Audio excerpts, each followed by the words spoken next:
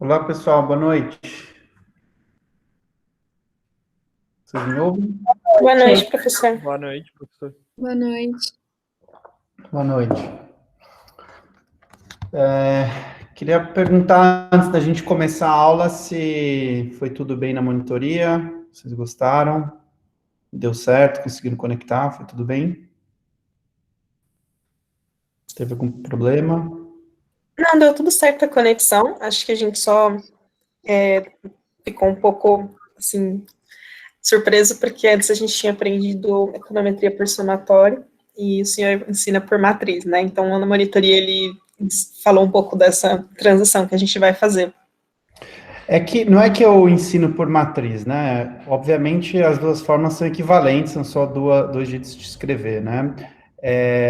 O que eu pedi para ele fazer uma introdução do OLS com vocês em linguagem matricial é porque é muito mais fácil da gente rodar as regressões no R, porque o R é basicamente o sistema que trabalha com matrizes, né? E se você ficar sempre com somatório é fácil entender, mas rapidamente você perde o controle. Então, como vocês já viram o OLS na vida, em econometria 1, né? E a gente vai ver de novo essa semana aqui ainda, então, a ideia é que você se acostume com as duas linguagens, tá? Eu sei que no começo é um choque, mas logo fica automático. Então, eu entendo a preocupação, mas aqui no curso a gente vai tipicamente trabalhar com somatórios também, tá? É só que para a implementação em software fica mais fácil falar em matrizes, só por isso. Beleza, Tá obrigada. bom? Muito bem. Então, como eu tinha falado para vocês semana passada, essa semana a ideia é fazer terminar o que eu falo que é o modo revisão, né? Tanto na monitoria vocês estão relembrando os OR, relembrando a rodar um LS, e hoje a gente vai, nessa semana a gente vai gastar 2 aulas revisando desde a derivação até as propriedades do estimador de OLS, que é o grande estimador de econometria, né? Não é o único, mas é o principal, junto com o máximo verossimilhança, e a gente vai terminar falando um pouco das propriedades algébricas e principalmente estatísticas do OLS, em particular, que hipótese que a gente precisa para ter o grande resultado, né, que é o resultado não viés. E como eu falei para vocês, esse curso lida com todos os casos, basicamente, quando esse resultado não vale. Então, a gente parte de uma situação ideal, quando ele vale, pensa como um mercado perfeito em microeconomia, e a gente começa a estudar a falha de mercado, né? Aqui a gente começa a estudar a falha dessas hipóteses, falha do resultado, né? E como lidar com isso, tá joia? Então, assim, apesar de ter bastante material, eu não preciso ir muito devagar, porque vocês já fizeram o curso inteiro de econometria 1, tá certo? Isso aqui é só para a gente relembrar e começar o curso aí a partir da semana que vem em velocidade total, tá? Então, a gente vai estar sempre falando aqui, né, por simplicidade, de uma regressão simples, por enquanto, tá? Então, é uma regressão de uma variável y contra uma variável x, ou seja, uma variável dependente, né, que é o y, contra uma variável independente de x. E tem uma série de nomes que aparecem em literatura, a variável explicada, a variável explicativa, ou explanatory, né, e assim por diante, né? E LHS e RHS significa left hand side, né, lado esquerdo, e right hand side, né? Então, tipicamente, são as terminologias usadas aí nos livros, né? Querem dizer a mesma coisa, tá? Então, aqui, quando a gente estima uma regressão, né, a gente estima uma relação entre duas variáveis, no fundo, a gente, de maneiras bem geral, a gente precisa abordar, em particular, 3 perguntas, né? Então, você está querendo entender a relação entre x e y, né? Mas, obviamente, o y é determinado não só por x, mas por outras variáveis também, tá certo? Então, A primeira pergunta é, como que a gente permite, que tipo de fator, ou como que a gente pensa no caso onde outras variáveis além de x afetam y? Essa é a primeira pergunta. A segunda pergunta, que a gente vai falar menos hoje, é qual é a relação funcional entre y e x, né? Quando a gente escreve uma regressão linear, a gente já está, de fato, impondo uma relação linear, né? Não tem uma relação quadrática e nada desse tipo, tá certo? Então, a gente está aqui partindo do princípio que é uma relação linear, mas existem resultados fortes, que a gente não vai falar hoje, que basicamente nos mostram que, mesmo que ela não seja linear, uma relação linear é uma boa aproximação, então a gente não precisa se preocupar muito com a pergunta 2. Tá? E a principal aí é a pergunta 3, né? Como a gente pode ter certeza que a gente está capturando uma relação ceteris paribus entre y e x, ou seja, quando que eu posso dar uma interpretação causal ao meu beta, né? Ou seja, a interpretação é a seguinte, se eu aumentar uma unidade de x, eu aumento beta unidades de y, né? E aí a gente vai aqui tentar, na aula de hoje, fazer toda aquela argumentação de econometria 1, que ao escrever essa regressão, esse modelo de regressão simples aí, né? Y igual a beta 0 mais beta 1x mais u, a gente consegue, na verdade, dar boas respostas para essas 3 perguntas, tá? Então, esse que é o objetivo de hoje. Tá? Então, vamos começar falando o seguinte. A gente está aqui trabalhando com uma regressão linear simples, né? Então, quando vocês verem SLR, basicamente a sigla para Simple Linear Regression, né? Modelo de regressão linear simples é um modelo populacional. O que quer dizer isso?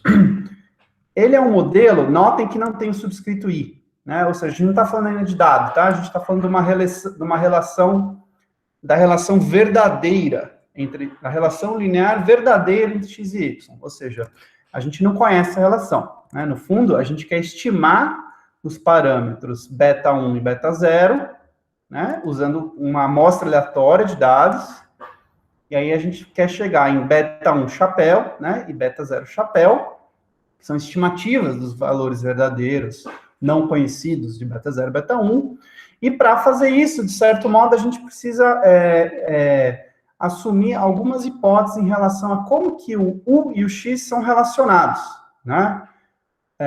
O que é o u? Né? O x são a parte que determina a y e é observada, e o u é a parte que determina a y e não é observada, né? Basicamente é isso. E a chave, aqui, o nosso argumento é que é chave entender como que u e y são relacionados no mundo real, né? Então,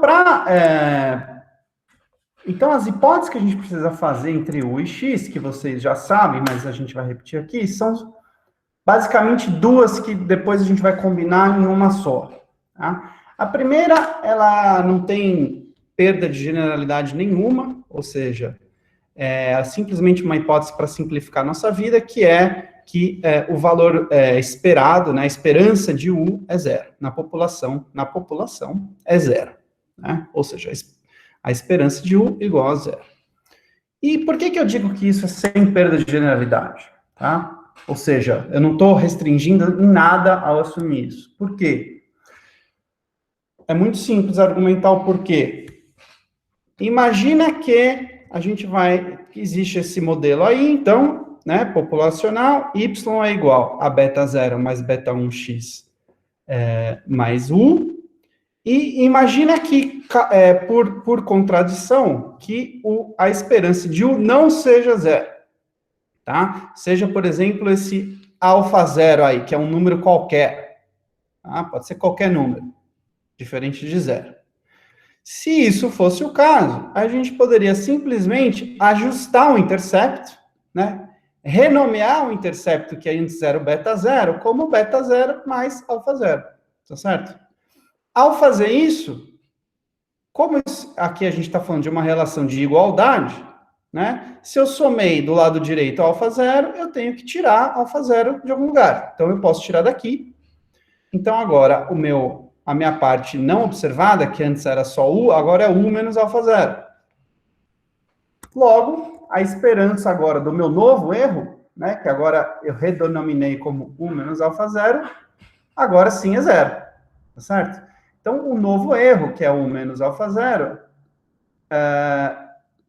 tem média zero, o meu novo intercepto agora é o beta zero mais alfa zero, mas todo ponto aqui é que o beta 1, que é a nossa inclinação da curva, né, é o impacto marginal de x em y, não mudou. Então, eu sempre posso reescalonar a variável dessa maneira. Então, essa primeira hipótese não faz a mínima diferença. Então, eu posso sempre assumir que a esperança de U é igual a zero. Tá? Essa é a primeira hipótese. A segunda hipótese que a gente precisa aqui falar da relação entre x e u a segunda e última é a seguinte, é a chamada mean independence of the error term. A gente falou um pouco já disso na aula passada, lembrem-se, quando a gente estava revisando o conceito de covariância, né, correlação e covariância, eu terminei a aula, acho que foi no final da aula que eu falei para vocês, existem 3 tipos de independência entre variáveis, que eu falei que era não correlação linear, era mais fraca, a não mean independence, ou mean independence, que era uma intermediária, que eu falei que era o que a gente mais ia usar, e essa aqui que a gente está falando, e a full independence, né? Então, a gente está falando aqui da mean independence, ok? Que é o segundo conceito que a gente falou na aula passada. E o que quer dizer mean independence? Mean independence, matematicamente, quer dizer isso aqui. Que a esperança de U condicional a x é igual à esperança de U. Para qualquer valor de x. Ou seja, o valor esperado de U, dado um valor de x, é igual para qualquer valor de x. Então, por exemplo, essa aqui vai ser a hipótese-chave ao longo dessa aula toda. Tá? O que quer dizer isso? Vou dar um exemplo aqui para a gente ver, fixar o conceito e, mais especificamente, para a gente ver que essa hipótese, raramente, ela é verdadeira. Tá? Vamos supor que o U, que é a parte não observada aí da minha variável y, seja, por exemplo, a famosa habilidade, que é sempre o exemplo que a gente usa em econometria, né? Então, vamos manter esse exemplo para a gente entender, né? E x é educação. X também sempre é educação em econometria quando a gente está aprendendo. Fica mais intuitivo. A hipótese do mean independence, né, independência na média de x e u, quer dizer que a esperança da habilidade, né, pensa em inteligência, né, de uma pessoa que tem 8 anos de educação é igual à habilidade média das pessoas que têm 12 anos de educação e a habilidade média das pessoas que têm 16 anos de educação. Né? Isso quer dizer mean independence, ou seja, se você condicionar a uma educação baixa, a média alta, a habilidade média desses grupos diferentes de pessoas é o mesmo. Né? Ou seja, uma pessoa com só educação primária, secundária ou superior tem, na média, habilidade igual. Né? Como a gente sabe, né, a literatura mostra isso de várias maneiras, né, que a escolha de educacional, o alcance educacional das pessoas está parcialmente correlacionado ou é parcialmente determinado por habilidade, a gente sabe que, nesse caso, o U e o X raramente vão ser mean independent, né, independentes da média. Tá?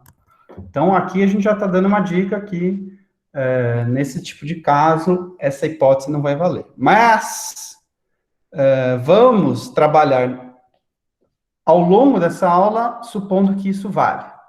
Tá?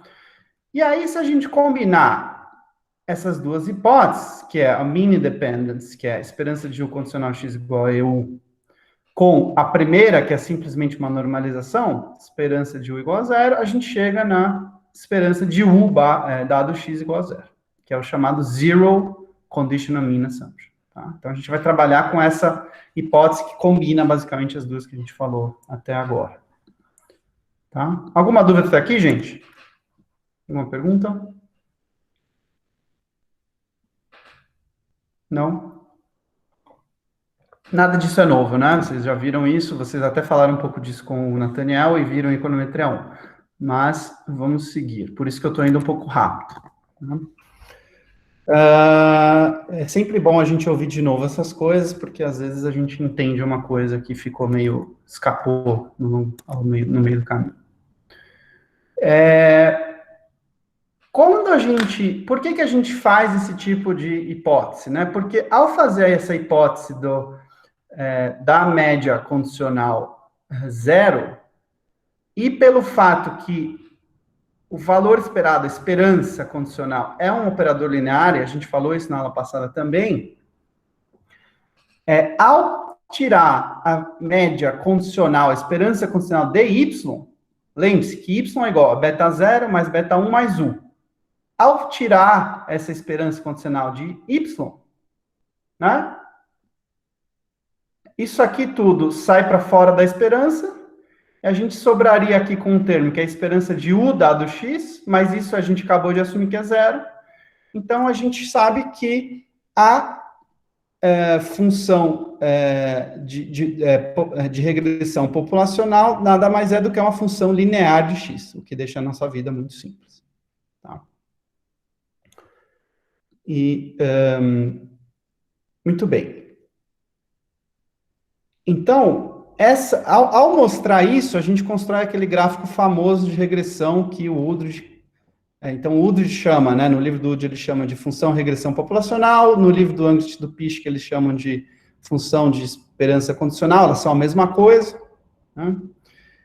E, ao escrever isso, a gente consegue mostrar aquela famosa distribuição, aquele famoso gráfico das regressões, que é esse, que vocês já cansaram de ver, onde aqui a gente tem o eixo x e o eixo y, e tem essa linha que passa com inclinação aí, que a inclinação é exatamente o beta 1, né?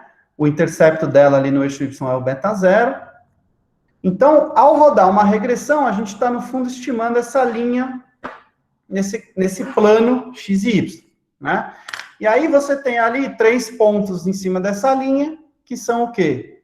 Exatamente o y médio, né? A esperança de y condicional a x1, x2 e x3, tá certo? E o que são essas distribuições em cima desses pontos, essas normais aí tombadas em cima desses pontos, é exatamente a distribuição do U, né? Ou seja, a distribuição do y condicional a x, que nada mais é o quê? Que o y médio, que é esse pontinho preto, mais o U, que te dá essa variância, tá certo? Basicamente é isso. Vocês também estão cansados de ver isso. Muito bem. Então, dada essa introdução rápida, a gente vai agora ver o porquê que a gente faz essas hipóteses, né?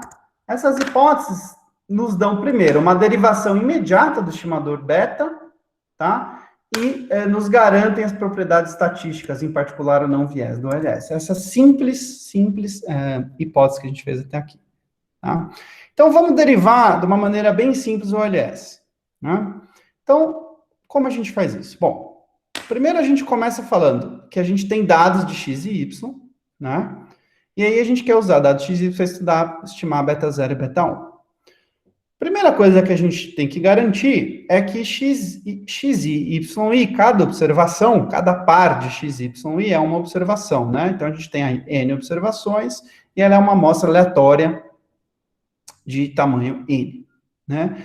E aí a gente reescreve a nossa regressão populacional como agora uma regressão usando dados, né? Então, aqui é a mesma coisa que antes, a gente só colocou o subscrito i para cada uma das observações. Né? Note que xi e yi são observáveis, são dados, e o i não é observável. Então, ele não é conhecido nesse momento. Né? A gente sabe que ele existe, mas ele não é conhecido. E aí a gente vai usar as restrições populacionais que a gente acabou de conversar, que era a esperança de u igual a 0, e aqui a gente vai usar uma versão simplificada, que eu falei para vocês, em vez de falar de mean independence, para ficar mais simples, a gente vai trabalhar com covariância de x e u, que mean independence implica em covariância de x e u igual a 0. Para derivar o LS, a gente só precisa da covariância. Tá? Então, essas duas hipóteses que a gente falou até agora, a gente vai explorá-las para derivar o nosso OLS, né? Então, vamos lá. Usando essas hipóteses populacionais, essas duas, tá? A gente vai escrever o seguinte. Usando a fórmula da covariância que a gente aprendeu na aula passada, né? Que é esperança de x, então a covariância de xu nada mais era do que a esperança de x vezes u menos esperança de x vezes esperança de u. Lembra-se? Então, quem não lembra pode olhar os slides da aula passada, mas basicamente essas duas condições implicam nessa aqui, esperança de x vezes u igual a zero, a mesma coisa, tá? Então a gente vai se valer dessas duas relações aqui. Notem. O que é essa primeira aqui? Esperança de U é a mesma coisa que esperança do quê? De Y menos beta 0 menos beta U x. Então, notem aqui que dentro do parênteses, nada mais é do que 1, tá certo? Então, essa primeira condição aqui é a mesma que essa daqui. Tá? Esperança de U igual a 0. A esperança de baixo é o quê? Esperança de x vezes, que está entre parênteses aí, que é o U. Tá certo? Então, a esperança de XU igual a zero. Tá certo? Então, a gente pegou aquelas duas hipóteses e reescreveu elas, substituindo U pela definição de U, tá certo?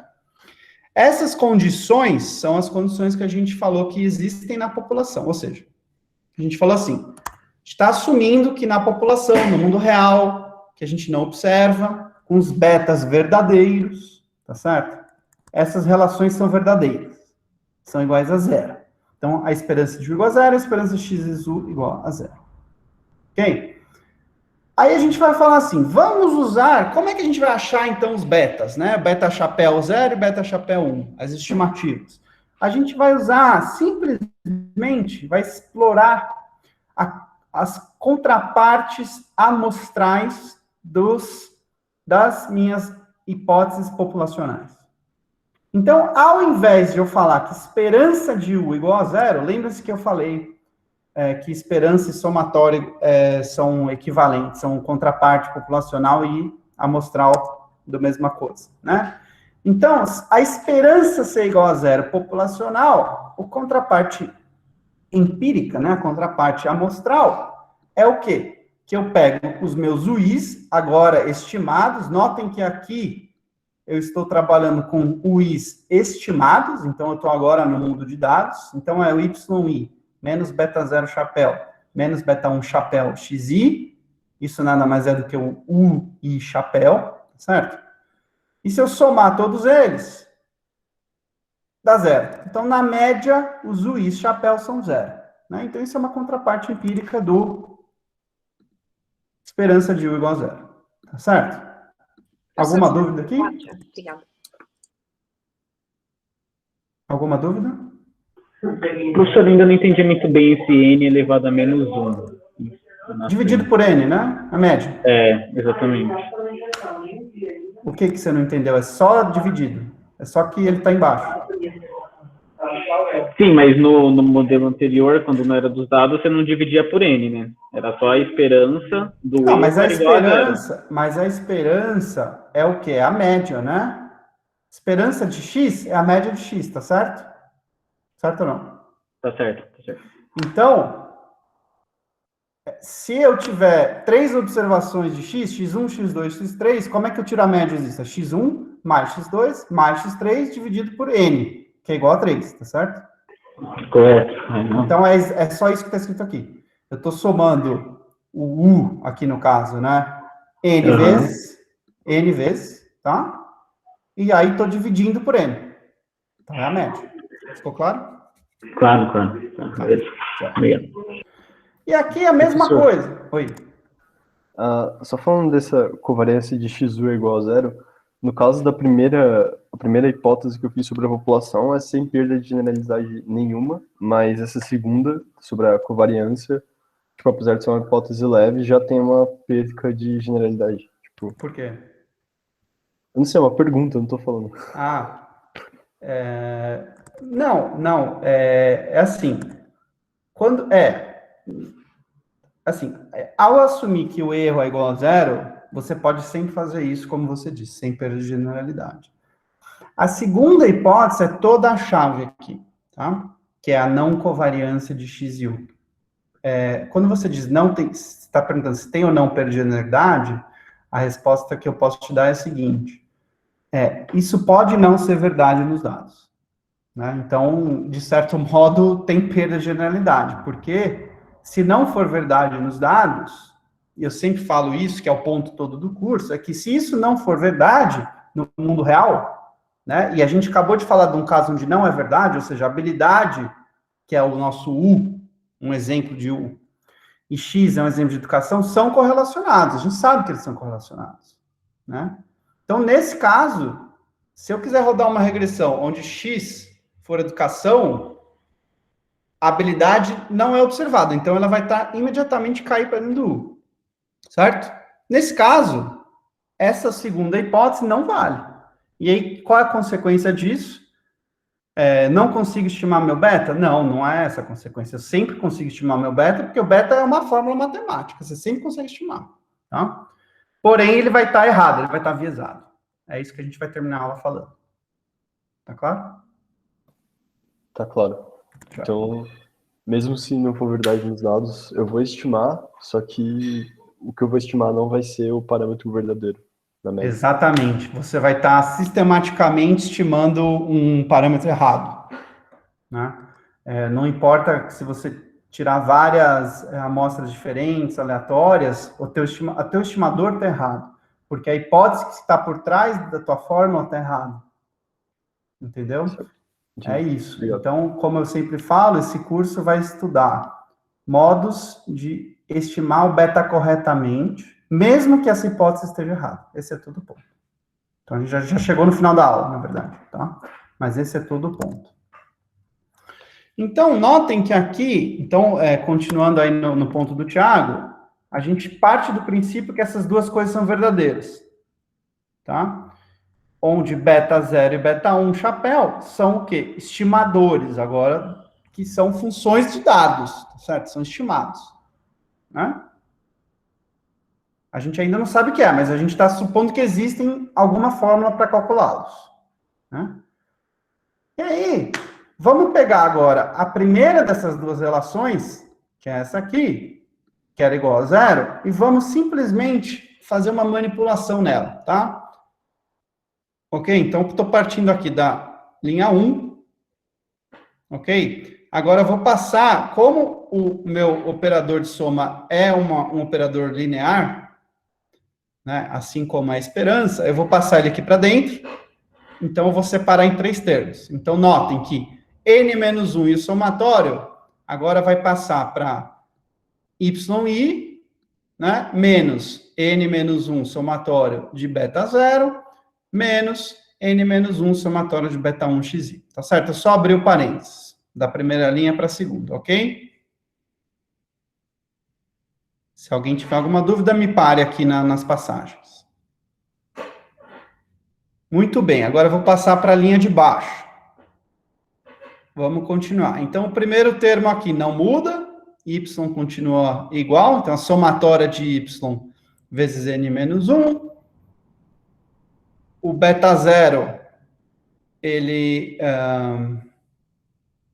soma de n vezes uma constante dividida por n, some, então continua beta 0 fixo, menos o beta 1, que é uma constante, sai para fora, fica aí n menos 1 somatória de nxi. Tá? Mas o que é a somatória de yi dividido por n? Nada mais é do que a média de yi, né? E a gente escreve tipicamente média como y barra, né? Então, aqui ficou simplesmente y barra menos beta 0, menos beta 1, e aqui dentro do parênteses, de novo, a gente tem uma somatória de xi dividido por n, que é nada mais é do que x barra. E isso tudo é igual a zero, né, por hipótese. Então, o que eu mostrei aqui? Que a minha função populacional pode ser escrita na média. Ou seja, se eu pegar o y médio, ele vai ser igual a beta 0 mais beta 1 e x médio. Né? Tá certo? Alguma dúvida até aqui? Não, professor. Ok. Então, por que eu fiz tudo isso? Notem, eu já explorei essa primeira relação. Para quê?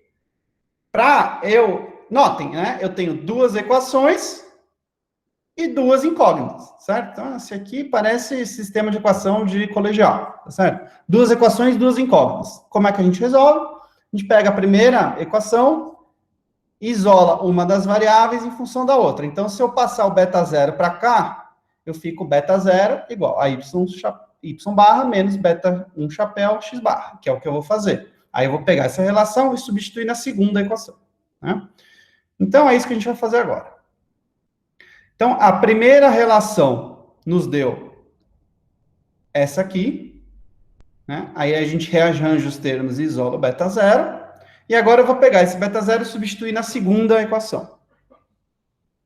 Então, lembrem-se, essa aqui era a segunda equação. Eu simplesmente vou, ao invés de trabalhar com beta 0, eu vou substituir por y menos beta 1 x barra. É isso que eu vou fazer. Tá certo? Isso aqui é manipulação extremamente simples, né? Não tem nenhum segredo aqui. Tá? E agora, o que eu vou fazer? Eu vou rearranjar mais os termos de maneira a resolver para beta 1. Então, notem aqui que eu simplesmente vou passar os meus termos com beta 1 para o lado direito. E é isso que eu estou fazendo aqui. E aí vai chegar nessa fórmula aqui, que é somatório de xi, yi, menos xi, y barra, desse lado, né?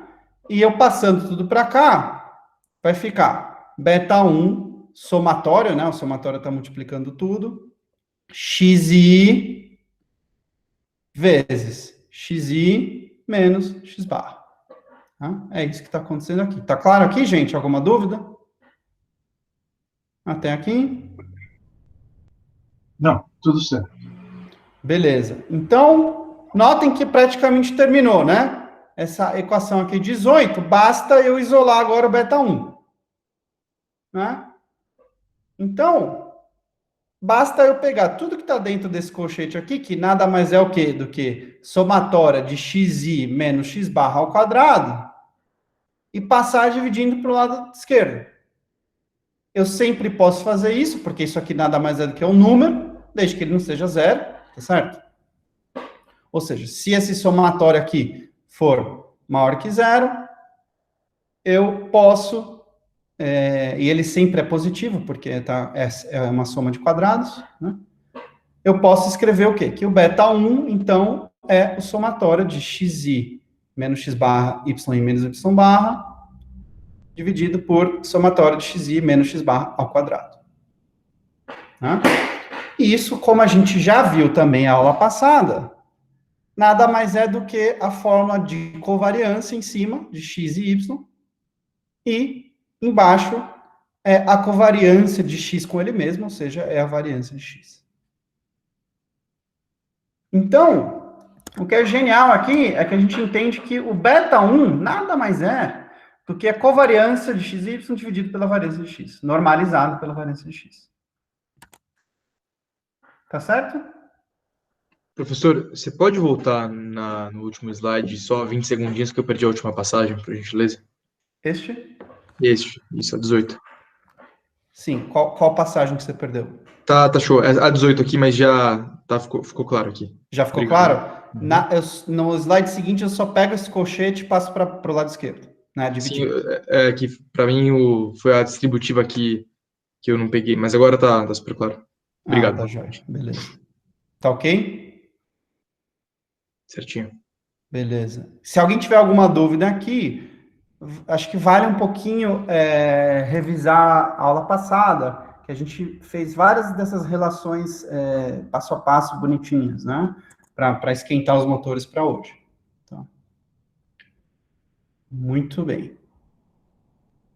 Então, essa é a famosa fórmula do beta 1, né? Por quê? Note que a gente tira algumas conclusões aqui, né? Primeiro, a gente tem já a fórmula pronta. Então, como eu falei antes, se as hipóteses que a gente assumiu para achar a fórmula de beta 1 são verdadeiras ou não, no fundo é irrelevante para a pergunta, consigo ou não calcular o beta? A resposta é, você sempre consegue calcular o beta, né?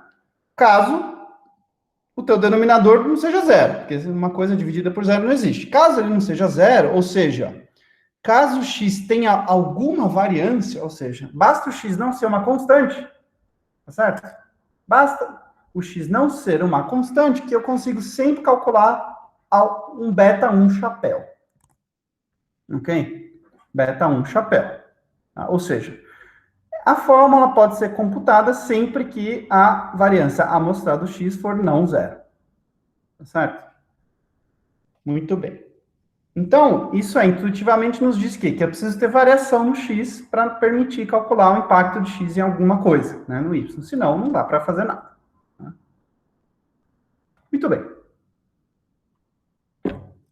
Um passo aqui trivial é, dado que a gente tem beta 1 chapéu, basta eu usar essa fórmula simples para calcular o beta 0 chapéu. Ou seja, o y chapéu é a média de y, é dado.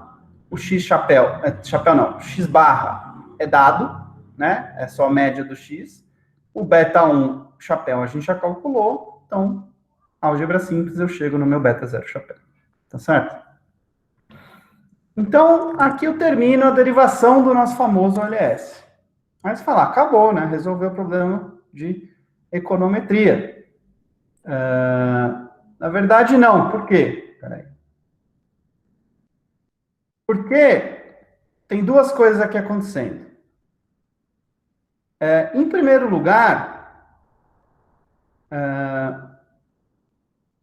eu tenho... peraí.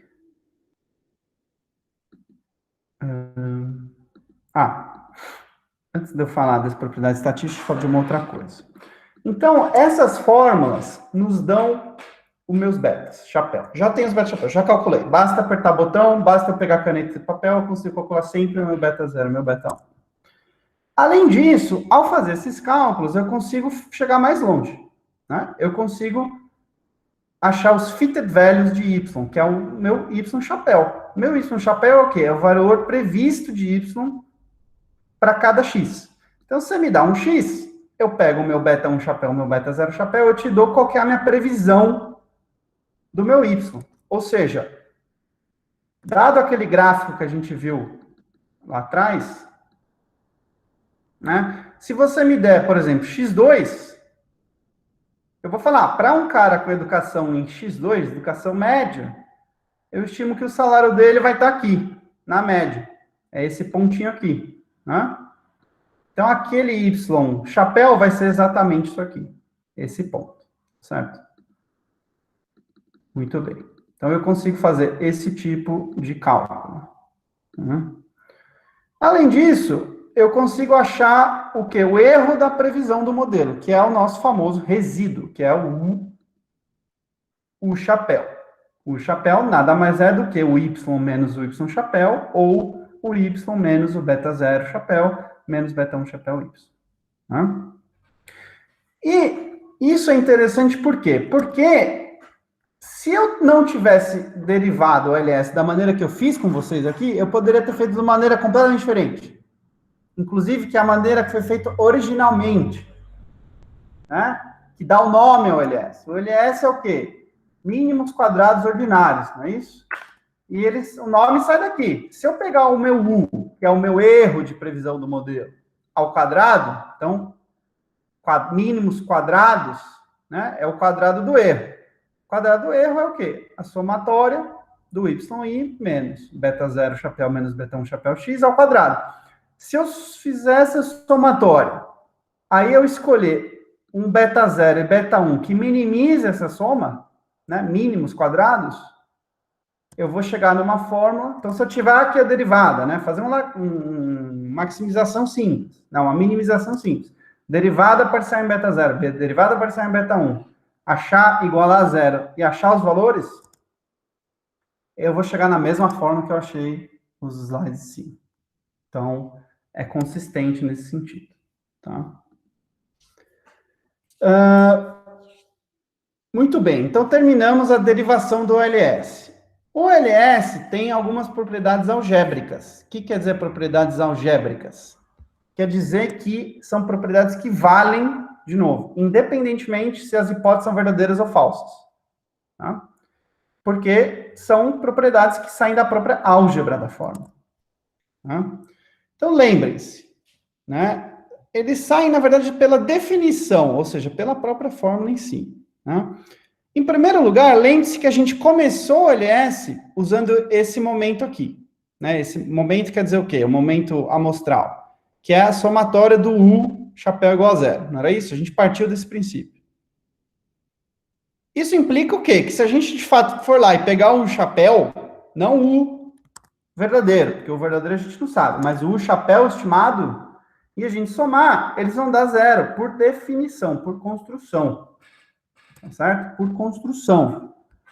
Aí você fala, então, a minha hipótese estava correta. Né? Você tem essa tentação de falar, olha, a partir do princípio que a esperança de U é zero, aí eu rodei minha regressão, peguei os meus U's, chapéu, né? Tirei a média, eles dão zero, então a minha hipótese está confirmada. Não. Não está confirmada. Porque você usou uma fórmula que força esse resultado a ser verdadeiro. Entenderam? Esse é todo o ponto aqui.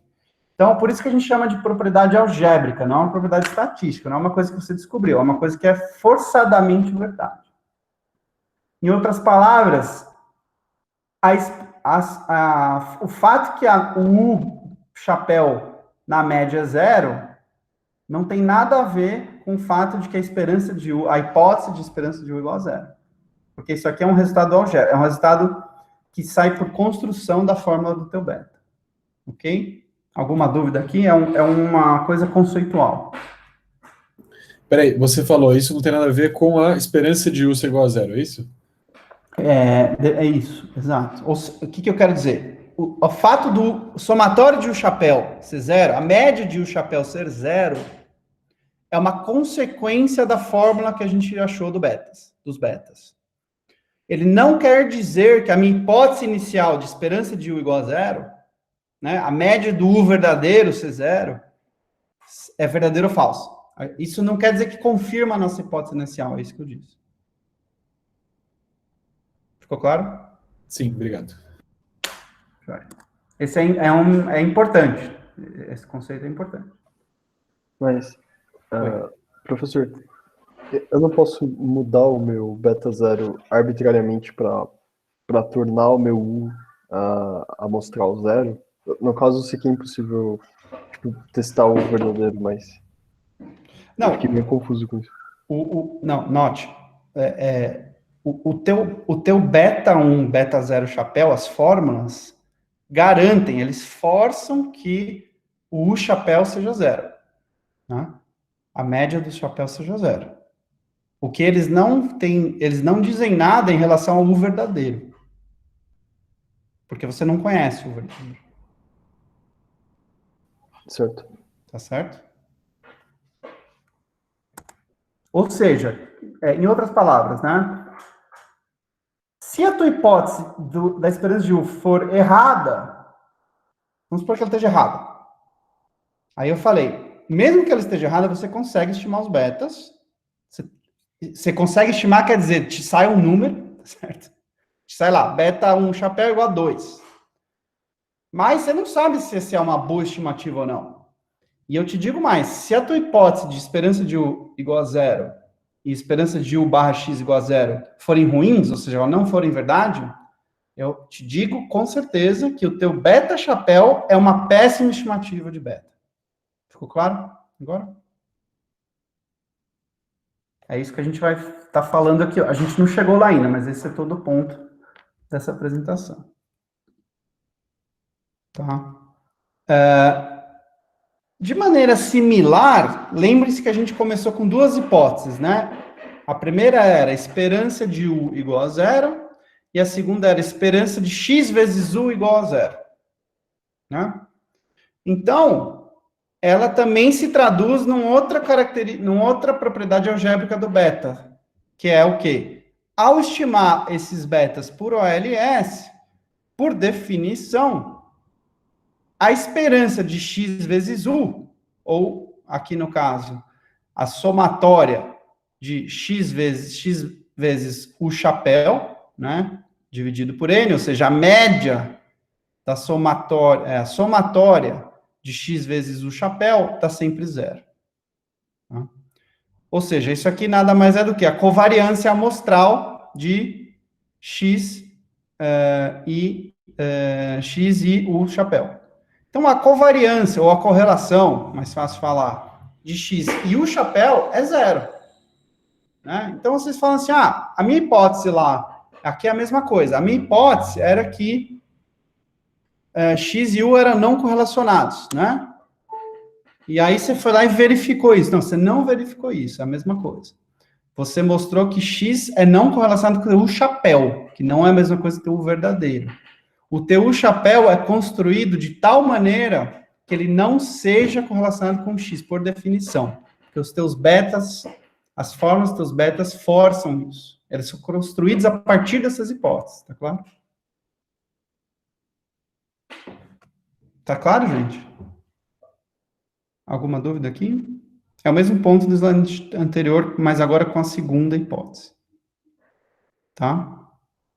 Se tá um pouco difícil de engolir, durmam, amanhã releiam isso, revejam a aula, ou revejam a aula, ou revejam os slides, revejam o livro. Se ficar alguma dúvida, falem comigo na próxima aula, porque esse é um ponto fundamental. Tá? Esses aqui são triviais, eu vou avançar para a gente não perder tempo e conseguir cobrir com mais calma essa terceira. E esse é o terceiro, a gente não vai falar de variância hoje, a gente vai falar na quinta-feira, então a gente vai terminar a aula de hoje nesse terceiro tópico, que é o mais importante. Então, vamos lá, gente, o que a gente já fez até aqui, tá? A gente começou falando o que é uma regressão, né, uma regressão populacional, que é y igual a x beta 0 mais beta 1 x mais u, onde a gente não observa u, né? Existe beta 0 e beta 1 no mundo, na verdade, que a gente não conhece. Aí a gente vai pegar dados, né? X, Y, I, N observações, há uma amostra aleatória, e a gente vai estimar uma regressão linear.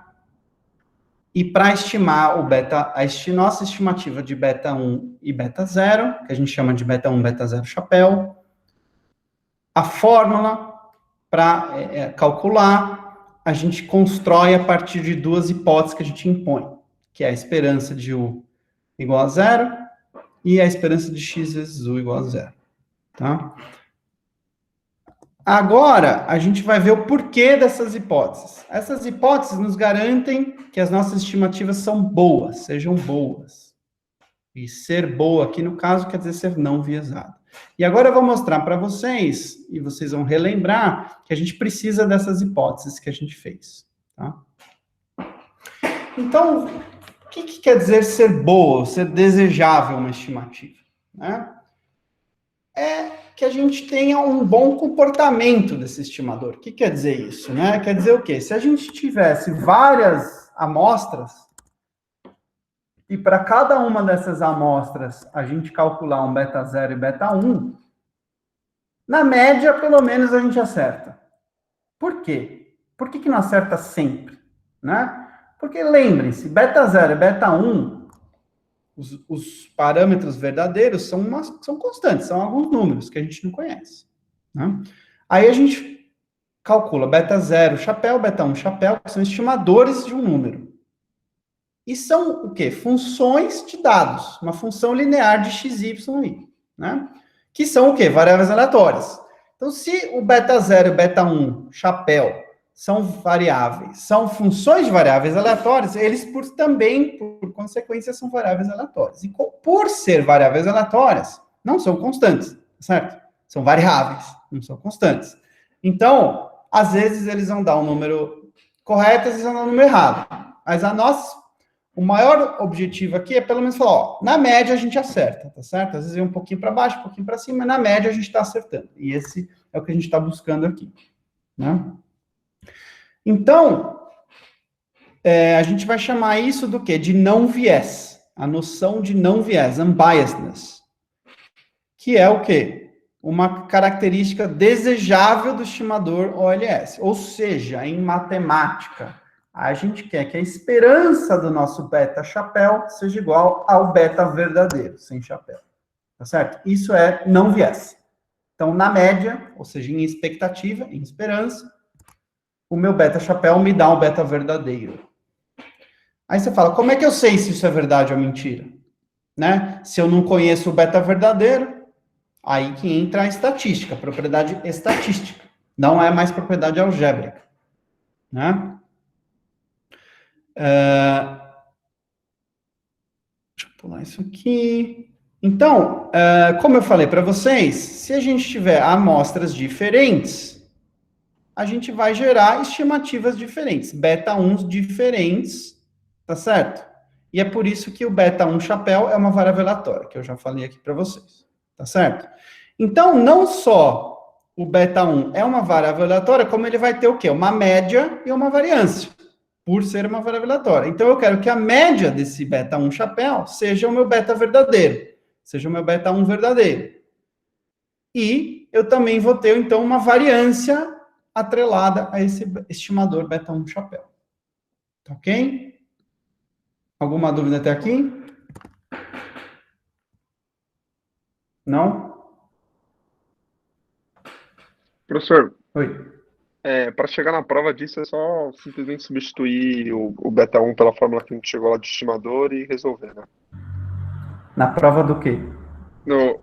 Para provar que a esperança de beta chapéu é igual a beta. É isso mesmo. A gente vai fazer isso agora. Ah, tá. Mas eu só estou reforçando aqui, repetindo várias vezes, para vocês entenderem que a propriedade algébrica, ou seja, que a gente acabou de ver, não são a mesma coisa que as propriedades estatísticas. Agora a gente vai ver as propriedades estatísticas. Né? A gente está falando agora do beta 1 chapéu. Né? Então, a gente vai revisitar quais são, agora, formalmente, quais são as hipóteses que a gente fez hoje. Foram 4. Né? Em primeiro lugar, a gente começou falando que existe um modelo populacional que pode ser escrito dessa maneira. Né? Então, aqui a gente só está falando, olha, existe uma regressão aí no mundo, existe uma relação linear, né, populacional entre Y e X, que é Y igual a beta 0 mais beta 1x mais U, né? Onde beta 0 e beta U são parâmetros populacionais não conhecidos. Ok? E a gente quer estimar o beta 0 e beta 1. Mas a primeira hipótese é trivial, né? Existe uma relação linear em x e y. Tá? Para começar a conversar, a gente precisa fazer uma hipótese. Tá? Então, essa hipótese aqui não é muito problemática. Só está falando que existe uma relação entre x e y, e essa relação é linear. Ok? Segunda hipótese, a gente falou assim, para estimar esse bicho aí que a gente assumiu que existe, a gente vai falar, existem dados, né? E para esses dados, a gente vai falar que ele é o quê? Eles saem de uma amostragem, um processo de amostragem aleatório, né? Ou seja, você tem lá uma população com milhares de indivíduos, milhares de observações, e você sorteou aleatoriamente N observações dessa amostra. Né? Então, a gente está deixando nossa vida aqui simples. A gente sabe que quando a amostragem não é aleatória, a gente tem problemas. A gente já falou um pouquinho disso na primeira aula, tá certo? Mas vamos deixar nossa vida mais simples possível. Então, a segunda hipótese é random sampling, ou seja, amostragem aleatória. A gente tem dados e eles saem de um processo aleatório. Certo? Ao assumir isso, a gente pode reescrever nossa relação populacional como uma relação amostral, que basicamente é colocar, como eu disse, aqui o subscrito I na minha equação. Então, agora eu estou falando em dados. Então, estou falando, eu posso reescrever com yi é igual a beta 0 mais beta 1 xi para o indivíduo I mais 1 de I. Então, cada observação essa relação vale. Tá certo? Então, o U é o quê? O U é um erro não observado da observação I. Tá certo? Não é o resíduo, ele é o erro. Lembre-se da diferença. O erro é o verdadeiro. O U é o resíduo. Tá certo? Aqui a gente está falando do U verdadeiro. Tá? Ou seja, a gente está falando do erro. Ok? Desculpa, professor, você pode voltar em relação a esse conceito aí Sim. do resíduo e do verdadeiro? Então, assim, a gente falou, a hipótese 1, existe uma relação de XY, e ela é linear na população, tá certo? Hipótese 2 existem dados. Esses dados saem de uma amostragem aleatória. Ao existirem dados e esses dados serem aleatórios, eu posso reescrever minha equação com a notação subscrito I. O que quer dizer isso? Para cada indivíduo, ela vale. Tá certo? Isso aqui, a gente ainda está falando de uma relação verdadeira. Então, aqui o beta 0 é o verdadeiro, o beta 1 é o verdadeiro, x, y e y são dados observados, o i não é observado, mas ele é o erro verdadeiro, ou seja, o beta 0 e o beta 1 são verdadeiros, tudo aqui é verdadeiro, não tem nada chapéu aqui. Claro, o I aí ele é produzido a partir do beta e beta 0 e beta 1. E só quer dizer que a gente está falando agora de uma relação do indivíduo I. Sim, mas essa relação ela é em relação ao beta 0 e beta 1 verdadeiros. Isso, ela é a relação verdadeira entre x e y, para cada indivíduo. Beleza. Ela vale para todos os indivíduos.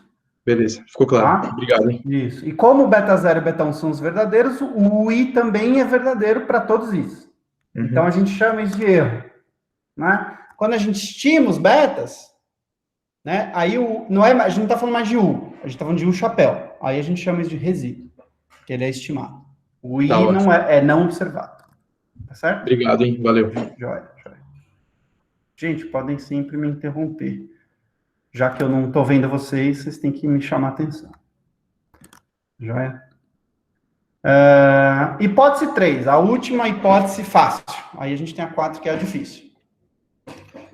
Sample variation in the explanatory variable. Ou seja, variação amostral na variável explicativa, na variável x. Que é aquela hipótese trivial, né? O meu x varia. Basicamente é isso que está dizendo, né? O meu sample outcomes on x, I, ou seja, o meu x não é sempre o mesmo, não tem sempre o mesmo valor, ele não é uma constante. Né? Então, na prática, isso aqui não é uma hipótese, né? É só está dizendo o quê? Que x varia um pouquinho, pelo menos. Senão, x é uma constante, não dá para fazer nada. Né? Então, por isso que eu falo que as 3 primeiras hipóteses são triviais. Notem. Existe uma relação de x e y, ela é linear. Eu tenho dados que saem de uma amostra aleatória e esses dados dizem que o meu x tem alguma variância, ela não é zero. É só isso que eu falei. Até agora, nada muito exigente, vamos dizer assim. Tá? E agora, a quarta, que é a famosa, que eu disse sempre para vocês, que esse curso inteiro é sobre a hipótese 4, que é a famosa Zero Conditional Mean, que a gente abriu a aula falando dela hoje de maneira indireta. Lembrem-se, o que era Zero Conditional Mean? Dizia que a esperança da minha parte dos dados não observada, do meu U verdadeiro, né? Ou seja, da parte que explica o meu Y que não é observada, a esperança dela, ou seja, a média dela, condicional a valores de X, é zero. Né? O que quer dizer isso? E isso é para qualquer X. Né? O que quer dizer isso? Quer dizer que a minha média do U não muda com valores de X diferentes. Lembrem-se do exemplo de habilidade de educação lá. Naquele exemplo era o seguinte, a habilidade era o U, né? Então, isso aqui seria a mesma coisa dizer que a minha esperança da habilidade, de um grupo com a educação média, alta e baixa, é igual. É isso que quer dizer.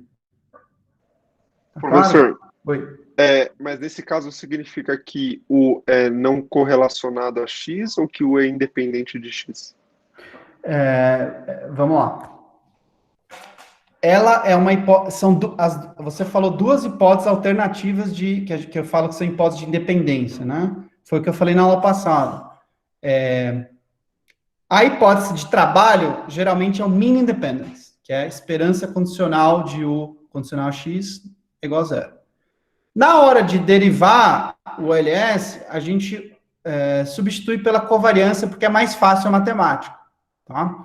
Se vocês fizerem aí pós-graduação um dia, vocês vão ver que a matemática para derivar usando a média condicional é um pouquinho mais chata, pode precisar na equação matricial, enfim. Mas, no fundo, elas são a mesma coisa, tá? É uma versão mais fraca da mesma coisa, tá?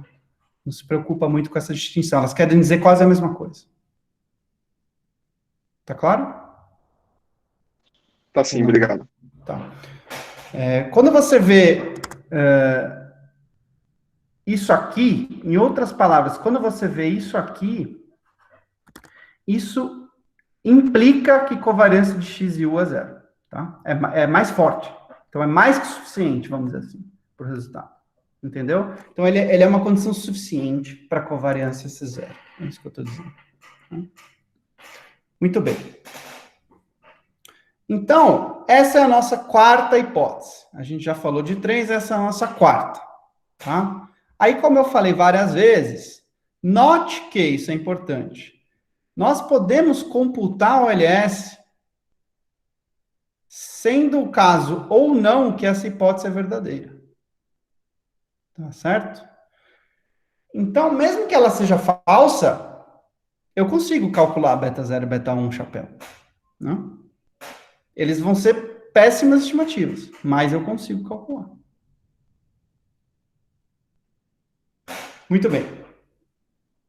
Então, essas são as 4 hipóteses que eu preciso para mostrar que o OLS é não viesado. Né? E como a gente mostra isso?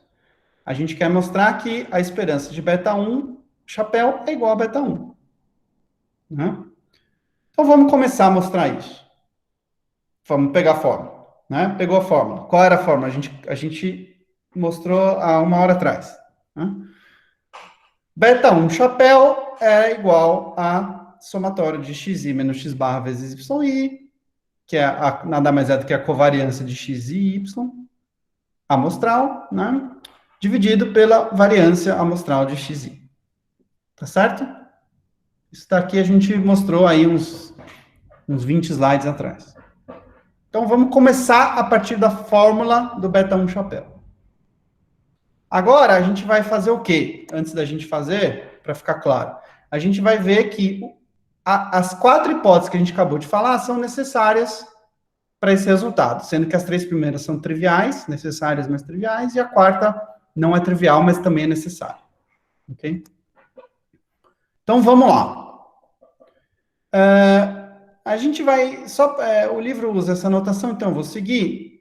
O livro define SSTX, como vários livros de econometria definem, né? Que é a soma da variância total, SST de x, que no fundo é a variância de x amostral, né?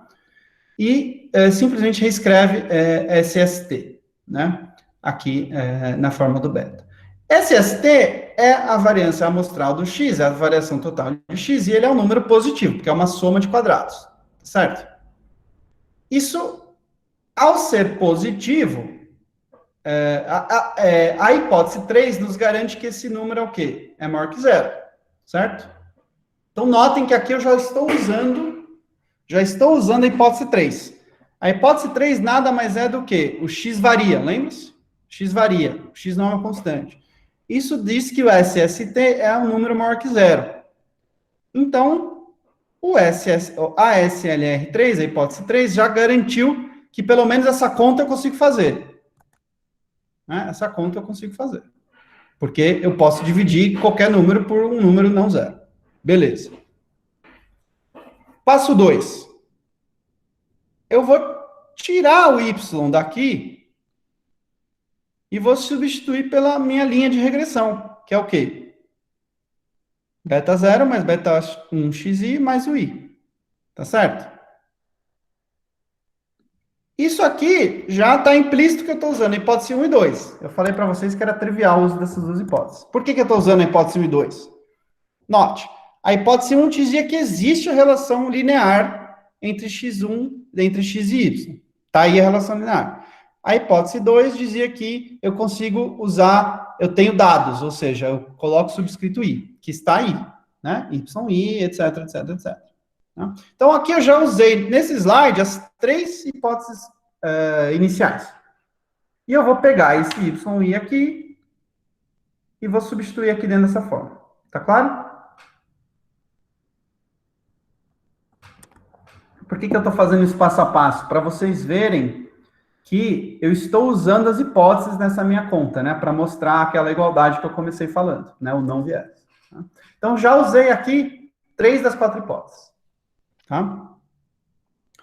Então, agora eu vou trabalhar em cima dessa conta aqui, desse numerador, tá? Deixa o SST quieto por enquanto. Ok? Então, agora a gente está falando só do numerador. Notem. Então, o numerador, que era xi menos x barra vezes yi, eu substituí yi aqui dentro, tá? Então, aqui eu estou usando hipótese 2 e 3, 1 e 2, tá? Agora, notem o que está acontecendo aqui, né? xi menos x barra, e eu vou fazer aqui, abrir esse segundo parênteses, né? Então, fica xi menos x barra beta 0, né? Beta 0, mais xi menos x barra vezes beta 1 x1, desculpa, beta 1 xi, né? Então, xi ficou aqui, porque ele não pode sair para fora do somatório, mas o beta 1 é uma constante, então ele pode. Né? Então, ficou esse segundo termo, tá certo? E o terceiro termo nada mais é do que xi menos x barra vezes o i. Somatório, tá aqui. Ficou claro a primeira linha para a segunda? Eu só abri o parênteses. Certo, gente? Alguma dúvida? Certinho, professor. Certinho? Não. Tá certo. Então, vamos agora passar para a linha de baixo. Notem. Beta 0 vezes somatório de xi menos x barra dá o quê? 0. Né? Porque o xi menos a média dele, e na média dá 0. Então, ao somar isso aqui, tudo vai dar 0. Então, 0 vezes beta 0 dá 0. Tá? Isso aqui, esse termo é 0. Certo? Mais. Beta... Oi. Desculpa, você pode repetir porque é 0 esse termo? xi... Pensa que xi tem 3 observações. 1, 2 e 3. Né? 1, 2 e 3, tá? Então, n igual a 3, certo? Então, 1, qual que é a média de 1 mais 2 mais 3? 1, 2 e 3, é 2, né? Certo? Uhum. Então, 1 menos 2 dá menos 1. 2 menos 2 dá 0. 3 menos 2 dá 1. Então, menos 1 mais 0 mais 1 dá 0. Né? Então, isso aqui é sempre 0, por definição. Para qualquer amostra, qualquer dado. Né? É só a definição de média, tá certo? Ficou claro? Sim, ficou, obrigada. Joia. Então, primeiro termo virou 0. Tá? Segundo termo. Segundo termo, a gente basicamente manteve ele igualzinho, só usou aquela propriedade que a gente mostrou ontem. Quem não se lembrar, eu peço que volte lá, que a gente mostrou isso na mão. É um pouquinho chato de mostrar, que essas duas expressões são equivalentes. Ou seja, somatório de xi menos x barra, fecha parênteses, xi, é a mesma coisa que xi menos x barra ao quadrado. Então, essas duas aqui são equivalentes. Então, a gente está usando o resultado de ontem. E xi menos x barra vezes u, somatório, a gente mantém como está. Ok? Joia. Agora, vamos... ficou alguma dúvida aqui? Não? Tá. Então, vamos passar para a última linha. Notem aqui, esse termo que está multiplicando o beta 1, nada mais é do que o próprio SST que a gente tinha definido no slide passado, né? A variância amostral de x. Então, a gente só reescreve como tal. Então, beta 1 vezes SST, mais, continua o somatório de xi menos x barra vezes u. Tá certo? Muito bem. Então, estamos quase lá. Né? Esse aqui, então, era o numerador do meu beta, né? Do meu beta chapéu. Tá certo? Então, eu vou voltar com ele para a fórmula. O meu beta chapéu era aquele numerador dividido pelo SST. Né? E essa fórmula aqui eu acabei de mostrar no slide passado. Né? Eu reescrevi meu numerador desse jeito. Então, eu vou agora cancelar SST em cima e embaixo. Né? Então, o beta 1 chapéu vira igual ao beta 1 verdadeiro, né? Porque cancela em cima e embaixo, mais esse resto aí, que é o quê? A somatória de xi menos x barra vezes ui, dividido pelo SST. Então, vamos entender o que quer dizer essa fórmula, né? O beta 1 chapéu é o meu estimador, e ele é igual ao meu beta 1 verdadeiro, que eu não sei o que é, mas ele está aí dentro, mais um termo. E esse termo, ele é o quê? Ele nada mais é do que se vocês prestarem atenção, ele nada mais é do que a covariância de x e y, tá certo? Oi, alguém falou alguma coisa? Covariância. Exatamente isso. Então, isso aqui é o quê? É a covariância de x e u, que a gente também falou isso na aula passada, né? Essa formulinha nada mais é do que a covariância, né? Não, é exatamente a covariância, tá certo? Então, lembre-se que a minha hipótese 4 é a independência condicional, que implica em não covariância, tá certo? Como acho que o Felipe estava perguntando da diferença. Eu disse assim, que, no fundo, a mean independence, ele é um resultado que implica a não covariância. Então, o mean independence diz assim, se o U e o X são mean independent, eles também são não correlacionados. Então, isso aqui, por hipótese, é zero. Tá claro, gente? Então, se esse termo aqui for zero, né, na média, eu tenho o meu resultado que eu vou chegar no meu não viés, tá? Para chegar nesse último resultado, eu só vou fazer uma última transformação, que é um pouco chata, mas é fácil. Então, a gente está quase lá. Note que aqui eu não estou com esperança ainda, né? Eu vou colocar a esperança já, para sumir com isso aqui, tá? Então, isso aqui é, de novo, a minha covariância amostral, tá certo? Por que ela não pode sumir ainda? Porque eu preciso aplicar uma esperança, né? Ao aplicar a esperança, eu vou pular esse slide que eu acho ele que não tem necessidade nenhuma, eu vou falar aqui em palavras que eu acho mais fácil entender. Então, notem, se eu botar uma esperança aqui, né? Se eu botar uma esperança aqui, eu vou colocar uma esperança sobre tudo esse aqui. A esperança de beta 1, que é uma constante, é o próprio beta 1. E eu vou colocar a esperança nesse somatório, né? E a esperança de xi, x barra vezes o i, aí sim é o quê? É a minha covariância populacional, que é por hipótese zero. Aí sim, a hipótese 4 valendo, isso aqui vira zero, e aí eu chego no meu resultado, que a esperança de u dado x é igual a zero, e, portanto,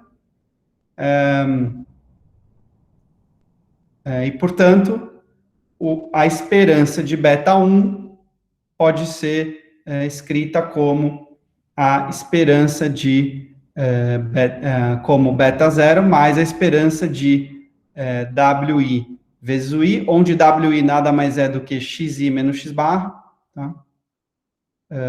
E esse resultado sai pela hipótese. Deixa eu repetir. Vamos lá.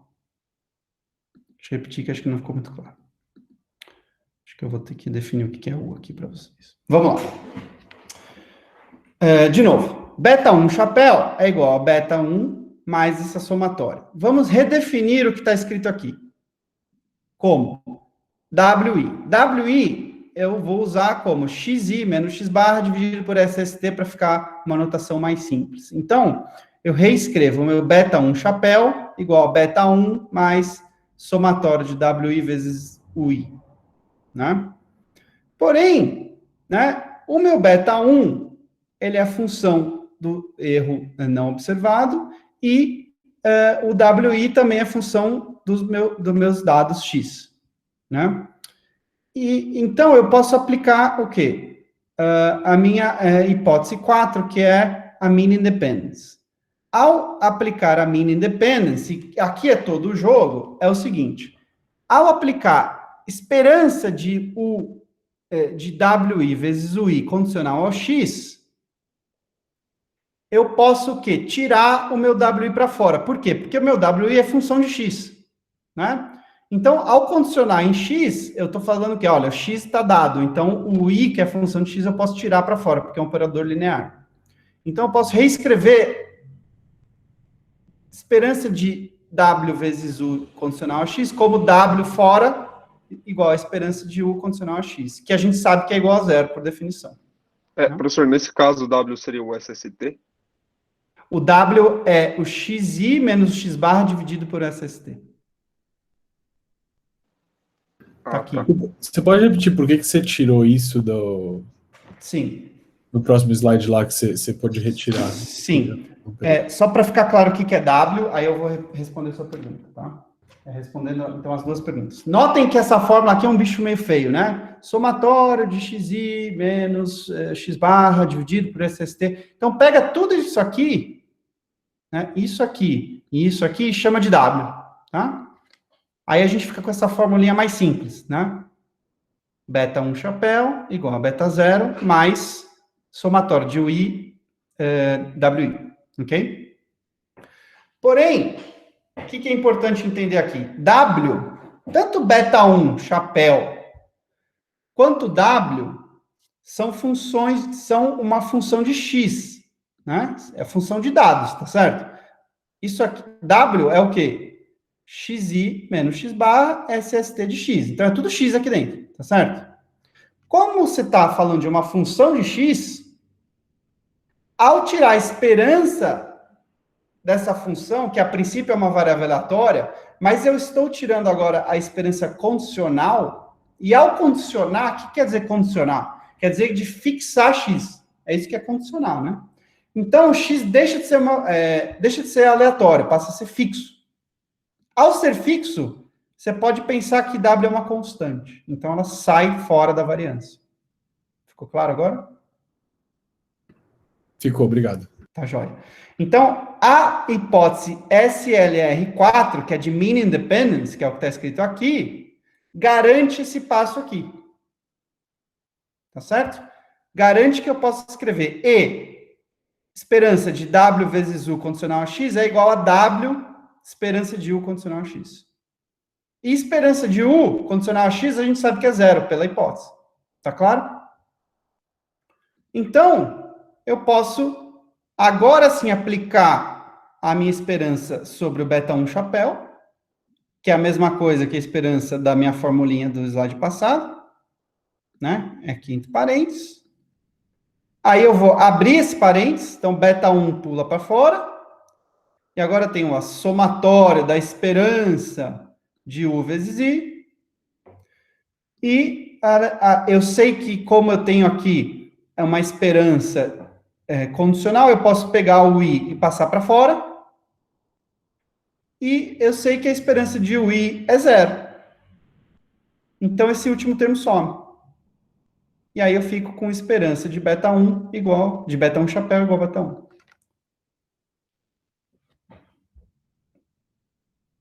Tá claro?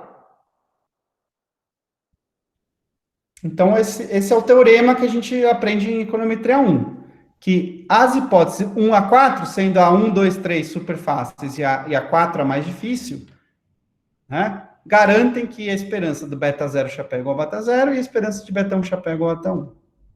É isso que vocês viram em econometria 1, então revendo aqui hoje. Por que eu fiz tudo isso? Deixa eu recapitular aqui, né?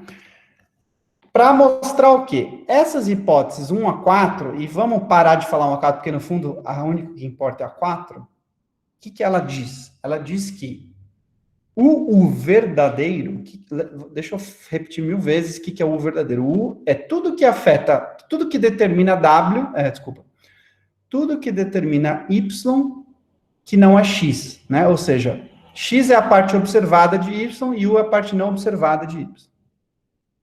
E eu estou dizendo assim, a parte observada e a não observada são não correlacionadas, elas não têm a ver uma com a outra. Se isso for verdade, o meu beta 1 chapéu é uma boa estimativa de beta 1. Se isso não for verdade, o meu beta 1 chapéu é uma péssima estimativa de beta 1 verdadeiro. Péssima, querendo dizer, é viesado, né? Nem na média eu acerto. Tá claro? Ficou alguma dúvida? Uma única dúvida que eu fiquei, que é só, Pode falar. eu sei que é só uma transformação matemática, é que quando você apresentou o beta chapéu, ele estava uma fórmula diferente, ele estava de um jeito diferente do que quando a gente chegou no beta chapéu. No beta 1 chapéu. Eu só queria saber qual a transformação que a gente fez. Não, logo na primeira, que era tipo somatório de xi menos x barra vezes yi. Essa aí é tipo diferente daquela que a gente tinha feito no passo a passo, certo? Essa aqui? Tipo, o numerador dessa tá diferente do numerador que a gente chegou naquela primeira vez que a gente fez matematicamente. E eu lembro que era só uma transformação. Essa aqui você está falando, né? Não, tipo, esse numerador aqui. Esse numerador tá diferente do que a gente chegou. Tipo, na derivação. Isso. Eu sei que era só uma transformação matemática, acho que a gente fazia, mas eu não tô lembrando qual. Olha, aqui fica x. Esse aqui, você fala, né? Então, como eu tinha falado, na aula passada, a gente mostrou que esse somatório é a mesma coisa que eu tirar esse y barra daqui, só deixar o y. A gente mostrou que essas coisas são equivalentes. Uhum. Então, xi menos x barra vezes yi é a mesma coisa que xi menos x barra vezes yi menos y barra, somatório. Não, verdade. A gente mostrou isso na passada. Dá uma olhada lá. Se você ficou com alguma dúvida, a gente fala. Você me manda um e-mail ou a gente fala na terça-feira ou na quinta-feira. Beleza. Tá bom? Obrigado. Então é só isso. É que esses. A gente. Às vezes é mais fácil trabalhar de um jeito, às vezes é mais fácil trabalhar do outro. E como eles são equivalentes, a gente fica indo e voltando. Dependendo da hora, é melhor ter um, melhor ter outro. Tá? É só isso. Mas matematicamente é a mesma coisa. Professor. Oi. Eu fiquei com uma dúvida naquela parte um pouco depois do W, que é quando você tira o W para fora da esperança, você fez isso porque a esperança é condicional a X, ou você precisa da hipótese para tirar o W para fora? Eu fiquei com essa dúvida. Eu posso tirar o W para fora, porque a esperança é um operador linear, e W é uma função de X, né? Como W é uma função de X e eu estou tirando uma esperança condicional em X, você pode pensar que W é uma constante. Tá? Você pode pensar como se W fosse um número constante. Uma constante sempre sai para fora de um operador linear. Né? Então, é isso que me garante. Tá? E aí, o segundo passo aqui é a minha própria hipótese, né? A SLR4. A esperança de U condicional a X é 0. Vezes um W qualquer é irrelevante a 0. Tá certo? Qualquer coisa vezes 0 é 0. Obrigado. Tá ok? Mais alguma dúvida, gente? Oba, professor, não é sobre isso, mas ficou essa curiosidade do slide 13. Eu já vi, a gente já viu esse essa Slide imagem. 13, vamos lá. A gente já viu essa imagem 1000 vezes, eu nunca entendi direitinho o que isso representa, se você puder dar uma explicada. O que exatamente você não entende? Vamos ver se eu consigo te ajudar aqui. Qual que é a dúvida? Tenta botar em palavra a tua dúvida. Bom, de maneira bem simples, não entendo as cobrinhas sobre os pontos. Tá, Elas têm entendi. distribuição de probabilidade? Você entende que é uma distribuição normal tombada? Você consegue beleza. enxergar isso? Consigo. Enxergar isso? Consigo. Tá. Então, vamos lá.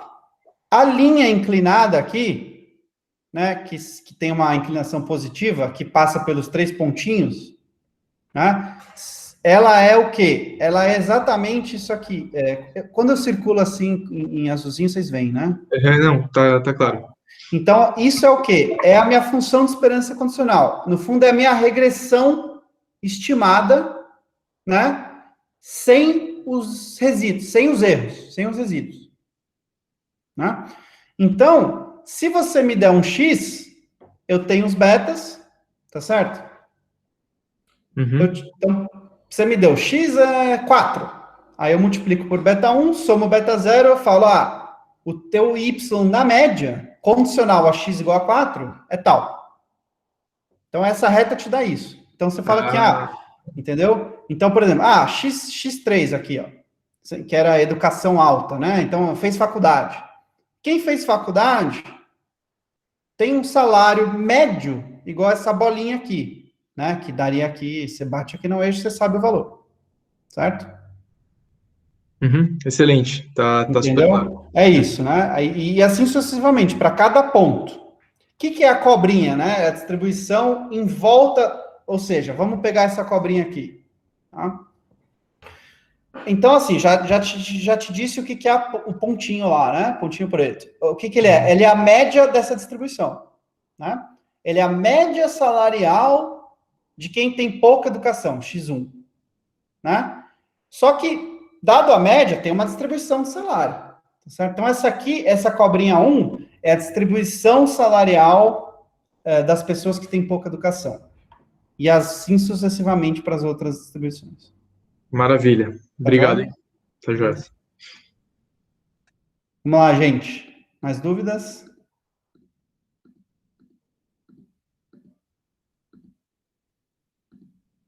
Não? Então, vamos lá. A gente ainda tem 10 minutos, acho que dá para terminar tudo que eu queria falar hoje. Estamos quase no finalzinho. Esse resultado que a gente acabou de provar, né, que é o nosso famoso teorema do não viés de OLS, diz que, dadas hipóteses 1 a 4, a gente acabou de demonstrar, a esperança dos betas chapéu é igual ao valor verdadeiro, beta 0 e beta 1. Tá certo? O que quer dizer isso? Quer dizer o quê? Que se eu pegar uma amostra de dados e calcular o meu beta 0 e beta 1 usando a fórmula, eu vou, na média, acertar. Né? Mas não quer dizer que eu sempre acerto. Certo? Às vezes eu erro, porque eu peguei uma amostra que é aleatória, mas não é muito representativa. Então, vou achar um beta grande, um beta pequeno, mas na média eu acerto. Tá certo? É isso que quer dizer. Muito bem. Agora eu vou dar um exemplo para vocês. Então, no fundo, de certo modo, a gente está aqui entrando no mundo da econometria 2. Um problema típico que é causado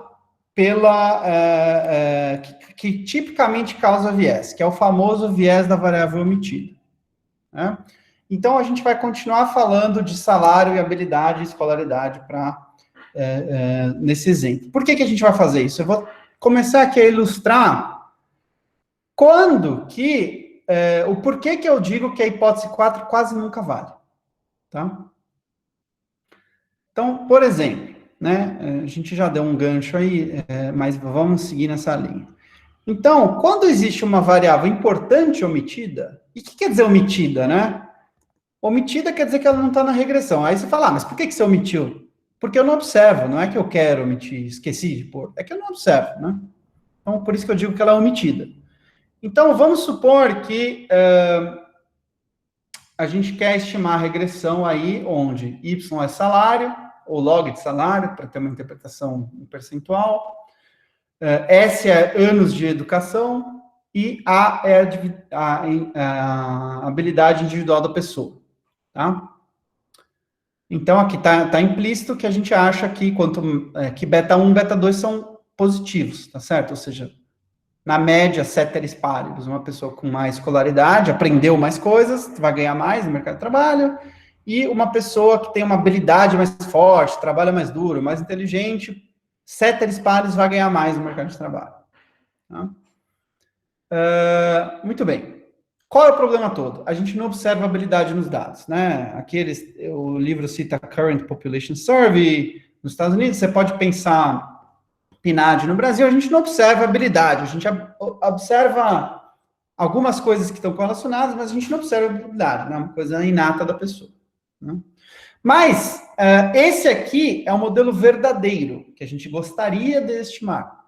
Né? A gente gostaria de rodar a regressão de salário contra a educação e contra a habilidade. Porém, a habilidade não é observada. Então, o que acontece? A gente não vai incluir a habilidade na regressão e vai estimar não aquele modelo que a gente deveria estimar, que é o verdadeiro, mas um modelo mais curto, que é esse aqui. Y igual a beta 0 mais beta 1 SI mais eta, esse N compridinho é o eta, né? Que é um novo termo de erro. Onde? O que quer dizer esse termo de erro? Ele nada mais é, né? Por matemática, a gente sabe que dentro dele está o nosso U, que é o erro original, mais o beta 2 aí, tá certo? Porque tudo que não aparece na regressão cai pro erro, a gente sabe disso, né? Que é a parte não observada. Tá certo? É isso. Então, a gente só pode estimar esse modelo. E mesmo que a gente queria estimar aquele modelo grande, a gente vai estimar o modelo pequeno. Tá claro o que eu estou fazendo aqui, gente? Tá claro? Então, a gente gostaria de estimar um modelo com duas variáveis, mas só vai estimar usando uma variável. Então, a gente está omitindo a habilidade do modelo. O que acontece? Eu não vou perder um pouco de tempo aqui na álgebra, mas é muito simples mostrar que, ao fazer isso, ou seja, eu vou estimar o meu beta 1 chapéu, que nada mais é, que a gente acabou de ver, que é a covariância de Y e S, dividido pela variância de S. Né? Porém, a gente sabe que o modelo verdadeiro é o válido. Né? O modelo válido é o verdadeiro, não o modelo curto. Então, a covariância de Y e S tem que ser a gente tem que usar a definição correta de Y, que é o quê? Beta 0 mais beta 1 S mais beta 2A mais U e S, dividido pela variável S, tá? E aí eu não vou agora, nesse momento da noite, fazer aqui passo a passo, mas se vocês trabalharem 5 minutos em casa, no papel, vocês vão conseguir chegar nessa fórmula aqui, onde o beta 1 chapéu pode ser escrito como beta 1 mais beta 2 covariância de AS dividido por S. Ou seja, o meu beta 1 chapéu não está estimando exatamente o meu beta 1. Ele está estimando o beta 1, que é o que eu quero, mais esse termo. Né? Onde esse termo é o quê? O beta 2 vezes a covariância de AS e S, dividido pela variância de S. O que é o A? A habilidade. Né? E o que é o beta 2?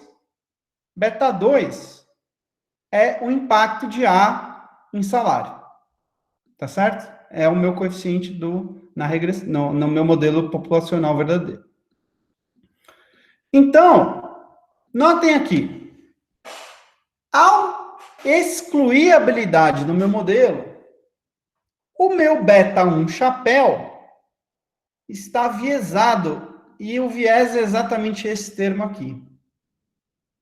Notem que esse termo tem duas partes. A primeira parte é o beta 2. Beta 2 é o quê? o quanto que a habilidade contribui ceteris paribus para salário. Então, se a habilidade importa para salário, né, isso aqui já acende uma luz amarela.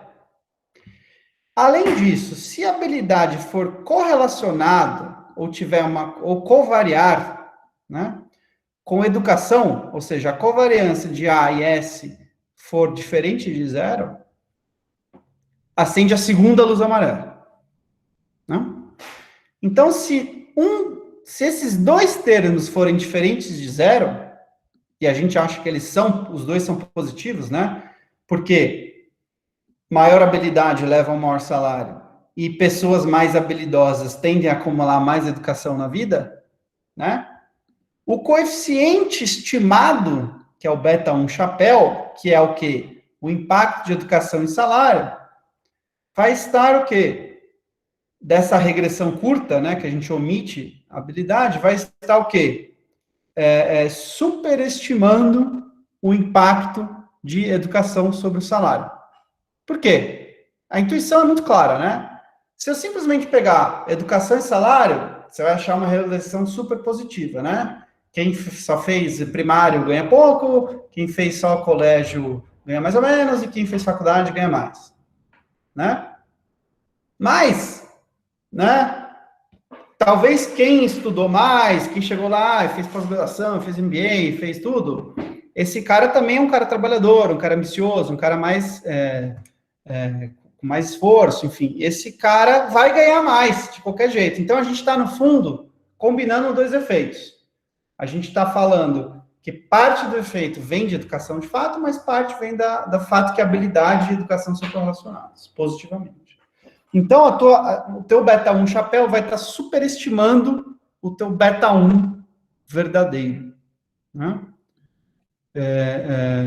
Então, quando a habilidade é não observada, nem você rodar uma regressão e adicionar outras variáveis, você vai recuperar o beta 1 verdadeiro, ou seja, você vai identificar o efeito causal de educação sobre salários. Tá certo? E aí, você vai falar, então, estamos perdidos, porque isso aí é sempre verdade. E a resposta é não. A gente precisa de uma estratégia de identificação bem construída para recuperar o efeito causal, ou seja, para que o nosso beta 1 chapéu seja igual ao beta 1 verdadeiro. E todo o ponto desse curso a gente vai aprender vários métodos que a gente chama de estratégias de identificação, que é, no fundo, para recuperar o beta 1 verdadeiro, ou seja, para fazer com que esse viés aqui seja 0. Certo, gente? Ficou uma dúvida aqui? Ficou claro o que eu estou falando? Bem claro, professor. Tá joia. Então, oi. Alguém falou? Não? Tá joia. Então é isso, gente. Só resumindo o que a gente falou aqui, a gente mostrou que a gente precisa de 4 hipóteses para o beta 0 e o beta 1 serem bons estimadores. Em particular, a hipótese que realmente importa é a 4, que diz que a média condicional de U, a média de U condicional a X é igual a 0. E a gente viu que ela quase sempre não é verdade. E se ela não for verdade, os meus betas são sim enviesados. Então, a partir de hoje, e a partir de quinta-feira, a gente vai falar um pouquinho de inferência do LS, e aí, semana que vem, a gente começa a ver métodos que de certa maneira, tentam escapar desse problema. Né? A gente vai aprender as famosas estratégias de identificação, esse que é o termo que se usa. Tá joia? Valeu, gente. Obrigado. Até quinta-feira. Boa noite. Tchau, Valeu, senhor. Boa noite. Valeu, professor. Tchau, boa noite. Boa noite.